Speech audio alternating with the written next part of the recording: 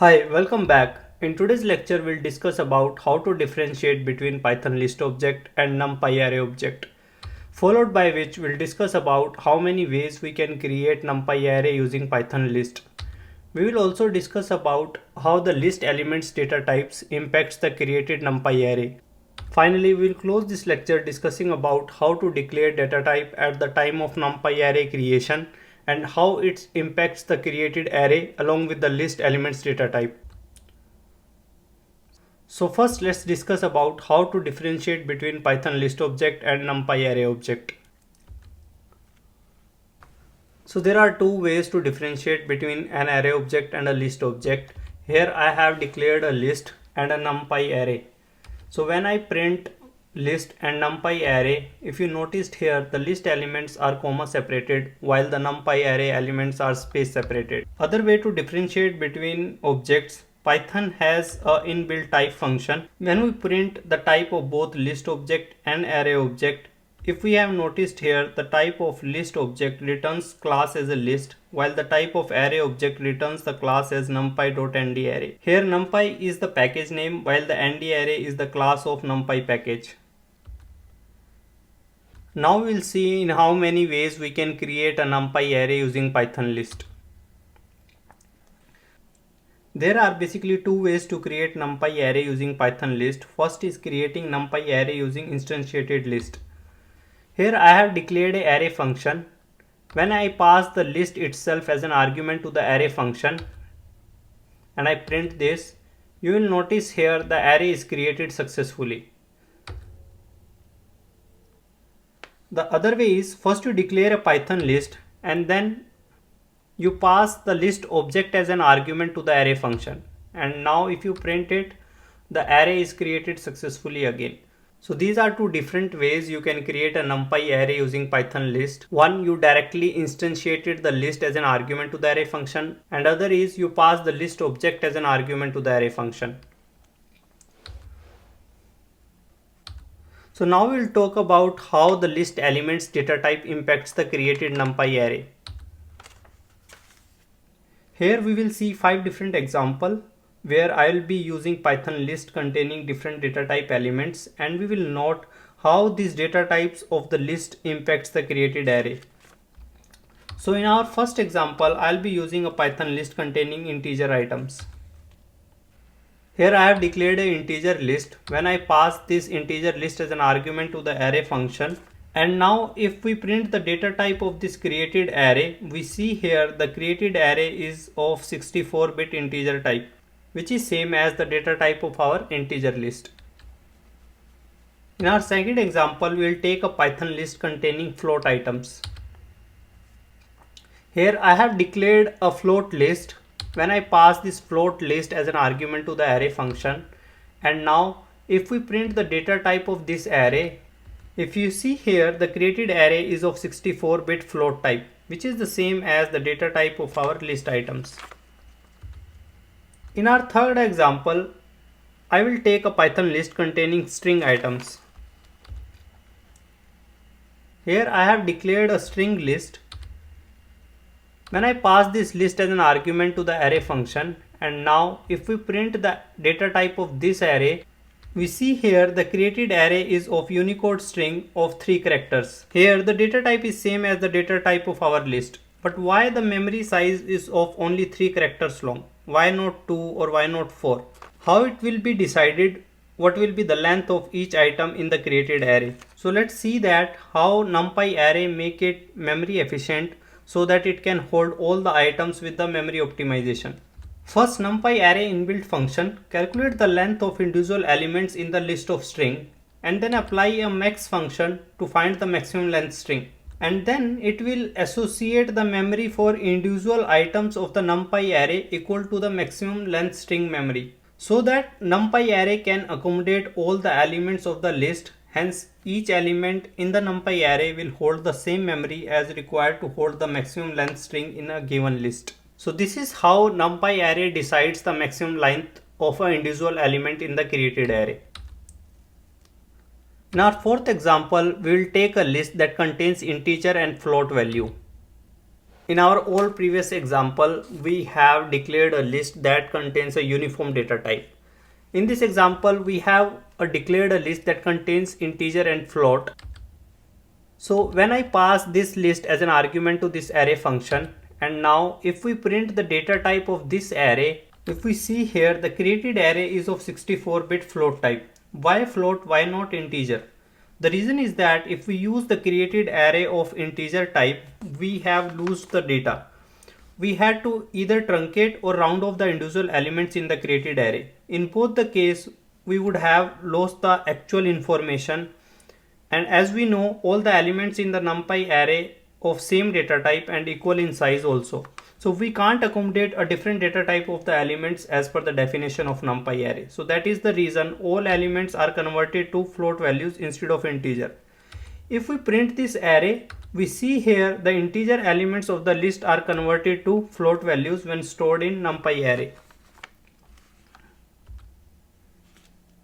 So in our last example, we will take a list containing integer, float and string. And now let's see how it impacts the created array. Here I have declared an object list that contains integer, float and a string. When I pass this list as an argument to the array function, and now if we print the data type of this array, what we notice here, the data type is of Unicode string of 32-bit characters. Now again, why all elements are converted to string and why not integer and why not float? In this example, all string cannot be casted to integer or float, which is illegal casting. So how we can accommodate all elements without losing the data and illegal casting? The only way is to convert all the elements in string. And here other thing to note here, when the string array is created from a list of mixed data elements, the maximum rule is not applied.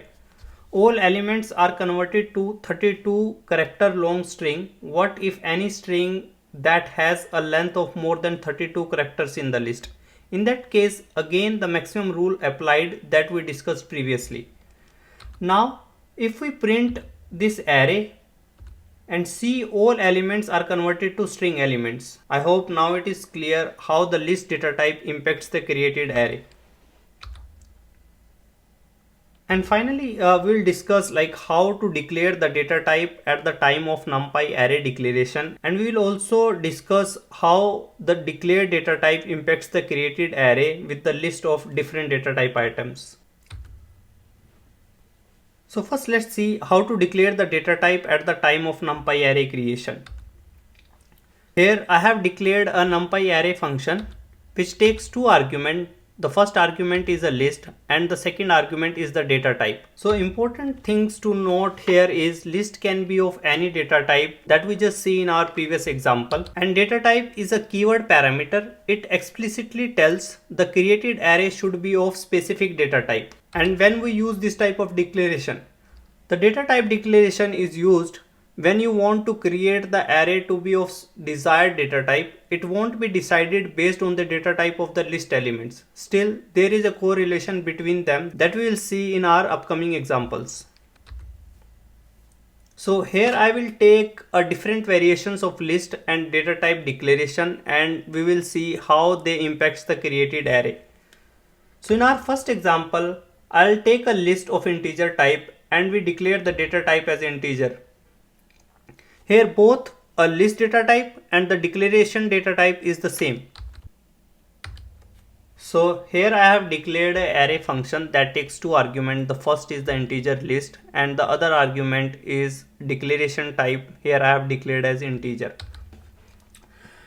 Now if I print the data type of this array, if you notice here the data type return is integer 64-bit. How we can say the data type of the created array is because of the data type of the list elements or because of the declaration? So that we will see in our next examples. But before that, let's print this array, and if you notice here it returns the NumPy array with the list elements and all elements are of integer type. In our next example, we will declare a list of float data types and we'll declare the data type as integer. Here I have declared a numpy array function. The first argument is a list that contains a float values and I have declared the data type as integer. So now if we print the data type of this array, if you notice here the resulted array data type is the same as the declared data type. So now we can say the data type of the created array is decided based on the data type of the declaration, not based on the data type of the list elements. But now the question is, we have seen the data type of the created array is integer and we have passed a list of float values. So what kind of elements it will hold? So now let's see that. Now when I print this array, if you notice here, all elements are rounded to nearest smallest integer values. So NumPy automatically cast all floats value to the nearest smallest integer value in the resulted array. So now in our third example, we will declare a list of integer and we'll declare the data type as float. And now let's see how it impacts the created array.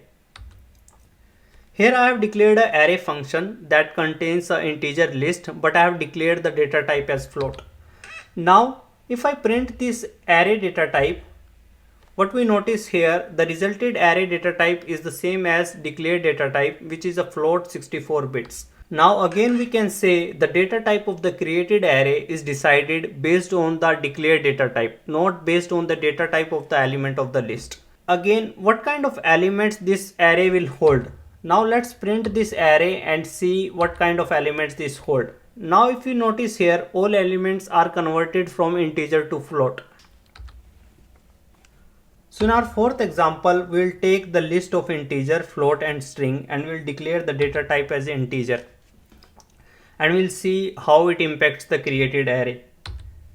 Here I have declared an array function that contains a list of objects that contains integer, float and a string value, and I have declared the data type as integer. And now if we print the data type of such array, we will get the array as stated below. As all elements of the list cannot be legally casted to integer, and we will get the runtime error. So the case holds true with all the cases where all items cannot be casted to declared data type. We will get the error in all those cases. So in our last example, we'll take a list of objects that will contain integer, float and string and we'll declare the data type as object. And now we'll see what will happen in this case. Here I have declared an array function that contains a list of objects that has a value of integer, float and a string, and I have declared the data type as float. Now if we print the data type of this array, so what you notice here, the resulted array data type is a object type. Here O stands for the object. Such type of array can only be created by declaring the data type as object. Now let me print this array and we see what kind of data elements it holds. If you notice here, all elements remain as it is because the resulted array is of object type. Here we will close this lecture. In our next class, we will talk about two-dimensional array, how to create NumPy array using tuple Python data structure, common mistakes while creating the NumPy array. Stay tuned with our channel. Please don't forget to click the subscribe button and hit the bell icon to get the notification on upcoming lectures. And please do leave a comment in the comment section to tell us how do you like it. Your feedback really matters. Thank you.